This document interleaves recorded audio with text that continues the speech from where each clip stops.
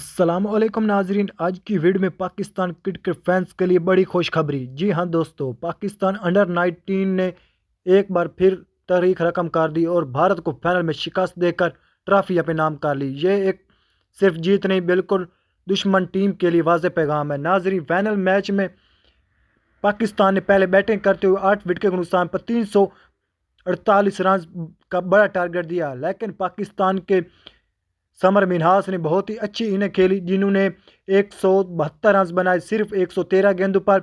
हर over में बहुत ही अच्छी शॉट खेली और 12 की एवरेज से जिस तरह से समीर मिन्हास ने ये इनिंग खेली, भारत की फैंस मायूस नजर आए। जबकि अगर पाकिस्तान की बॉलर्स की बात करें तो बहुत ही ज़बरदस्त किस्म का परफॉर्म किया है।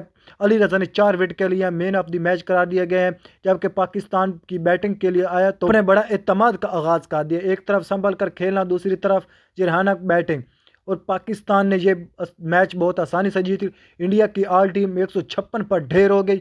जिस तरह से लग रहा था इंडिया ये रन चेस कर जाए, लेकिन पाकिस्तान के बॉलर ने ऐसा कारनामा सर अंजाम दिया कि स्टेडियम बैठे तमाशाई हैरान के हैरान रह गए। पूरा स्टेडियम पाकिस्तान जिंदाबाद के नारों से गूंज उठा। नाज़रीन, ये जीत के एक खिलाड़ी की नहीं, बिल्कुल पूरी टीम की मेहनत का नतीजा है।